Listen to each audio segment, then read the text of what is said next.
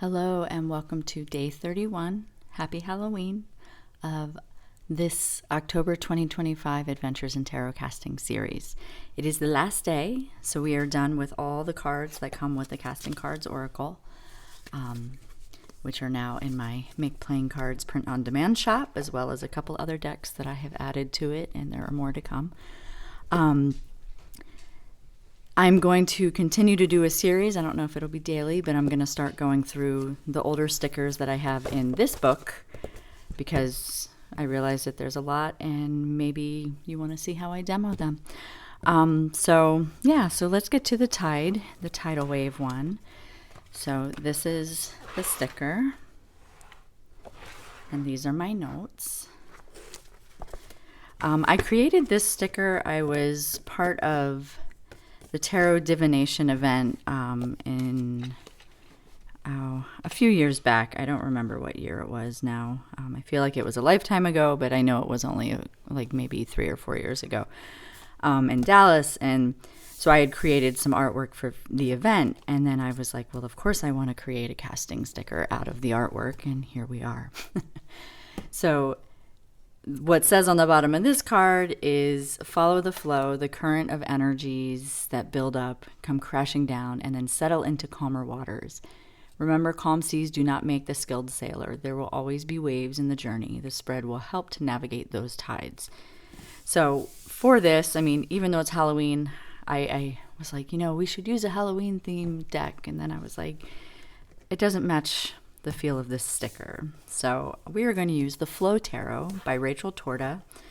I met Rachel through Kyla Give Hands Pull Pen Paint. We are co-teachers there. It's a very fun online school program, and then come next June we will all be in person together in Squam Lake, so it's back to this watery feel at Sacred Makers. So I'll be sure to link those below in case you want to check either one out. So let's get into it. So there's 1, 2, 3 card positions. You can use Oracle, or you can use whatever you want. The whole idea is it's a wave crashing like this. So we're going to use tarot, and then we're going to use Lenormand tiles, and then I'm going to use the words or spell buttons up here and for the above and below energies. But this is Rachel's deck. It's beautiful. So the first card is the body. So this is the fullness of the situation, the energy, and major currents around whatever this event is. So if you were coming to the sticker, you could say, I want to focus on my job, or I want to focus on the holidays or the world, or so this is like the body of the situation, the fullness of it. And let's see what the fullness is bringing us.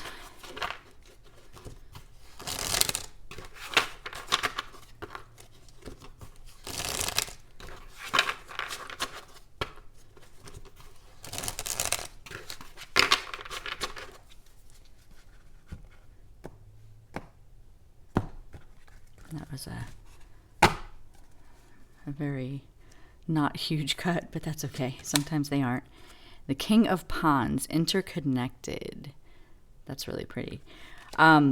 So that is the King. I'm going to assume King of Cups, but let me just make sure, because in her deck they have she has them a little different. Yeah, so it's the King of Cups. So the fullness of the situation, then, we are focusing on major, I'm just going to read what she wrote. The King of Wands wraps you in a message of fulfillment. You are a capable provider, able to sustain yourself and those around you. Now your planning, hard work, and dedication are paying off. Now maybe Wands are pentacles? Let me just see.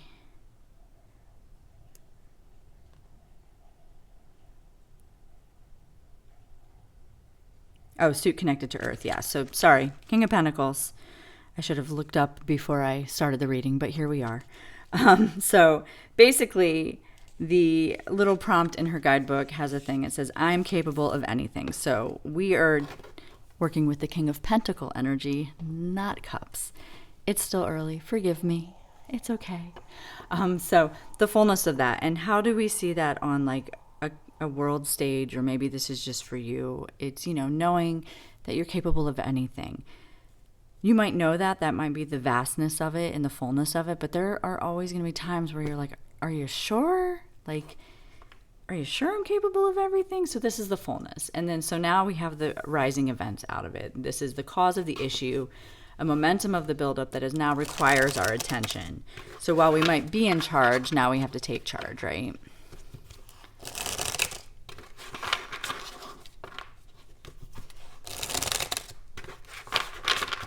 Okay, so the rising.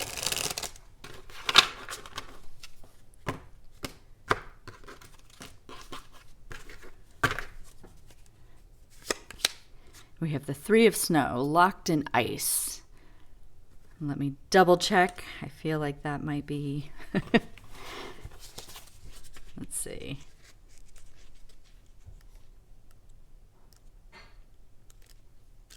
Three of Snow. It's actually kind of fun to see if I can get it just by... Replaces swords. Yeah, I thought that was the Three of Swords. So the Three of Snow... asks us to recognize when things in life are no longer capable of supporting growth. And so it says, I gently let go, right? So we have, I'm capable of anything, but I also gently have to let go. And I really feel like this actually piggybacks on the previous spreads.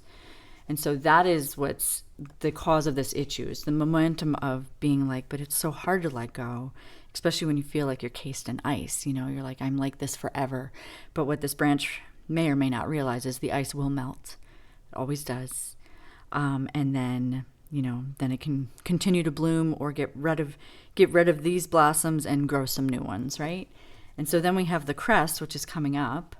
And this is what the situation is about to come crashing down, the apex of the situation. So it's like what's building up before it crashes down. It's like the pivot point, right? The apex.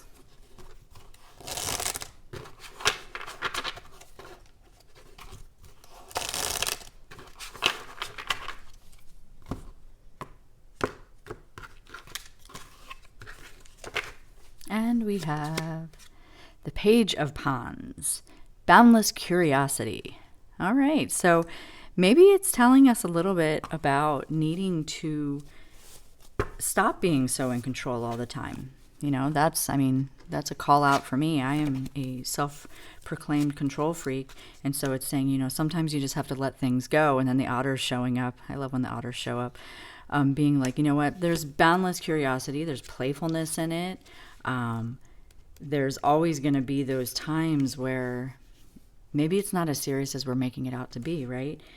And it says, the Page of Wands dashes into your life to remind you to open up to your surroundings and become a student of life.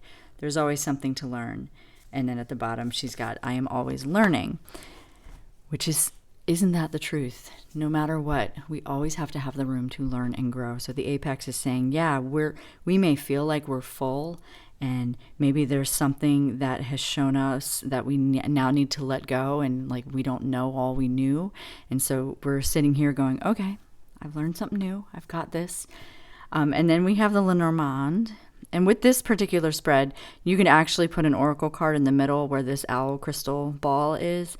I am not using an oracle for this one, but you can if you want.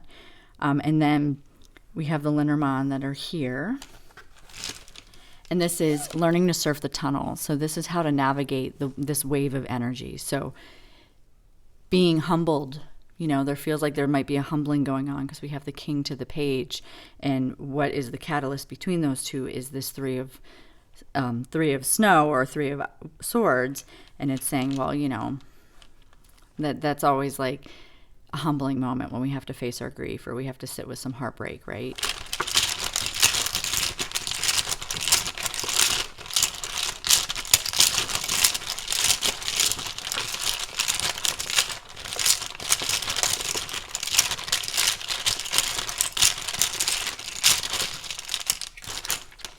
And I have 3 in my hands. So we have clover, letter, and snake. So Just going to do that. Letter and clover. And so when I see these three together, it's like the humbling experience shows me, okay, so we have this King of Pawns and how we're all interconnected. But then the Three of Snow is locked in ice. And you know what? As soon as I saw that just now, as I'm going, okay, we're all interconnected, we're locked in ice. Do I need to say more about what's going on in the U.S.? No. So now there's boundless curiosity. It's really getting us all, if we are interconnected, you can't make us not pay attention to what's going on. And so we're learning about these systems that have been in place and how we are all connected. So the snake, letter, and clover is showing us it's been messages from these shady dealings, from these obstacles that we've been facing day in and day out. And the clover is saying, hey, this is an opportunity. This is an opportunity. This is the cresting of the wave. It's going to come crashing down. This is an opportunity to get back to this interconnectedness, right? The above and below, so we have the above and below. We have the atmosphere. This is the air temps and the currents, and this is the water temps and the currents. So the air and the water, the temperature is always connected. This is obviously how we get hurricanes and other weather, right? So above, what is known and can be seen and felt, is we have choices. We still have choices. No matter what, we have choices on how we react to things, on what we do, on where we go. You know, like there's always going to be the choices, and that is what is known and can be seen and can be felt. And then the undercurrent, what is influencing just below the surface, and this water temps.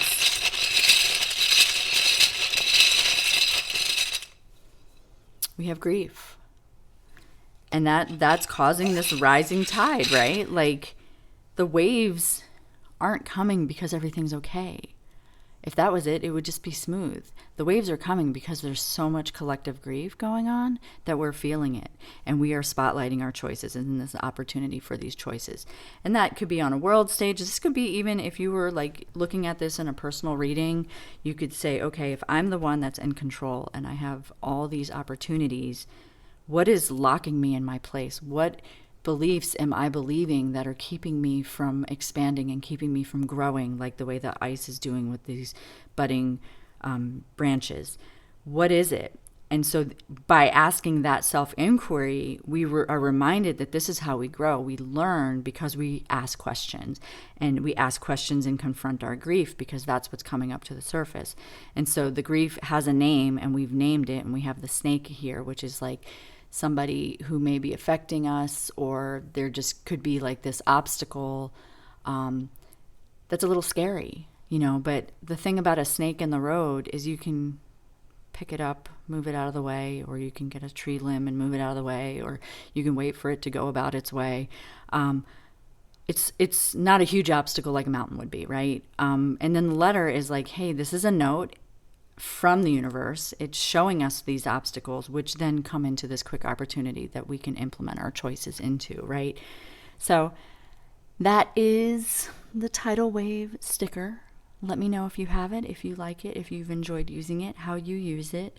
I'd love to know your thoughts on this series. If you're new to the series, make sure to go check out the whole playlist. I have them all under the Adventures in Tarot Casting playlist. I've also been sharing the grouping playlist on my Patreon every day, so there's a collection there.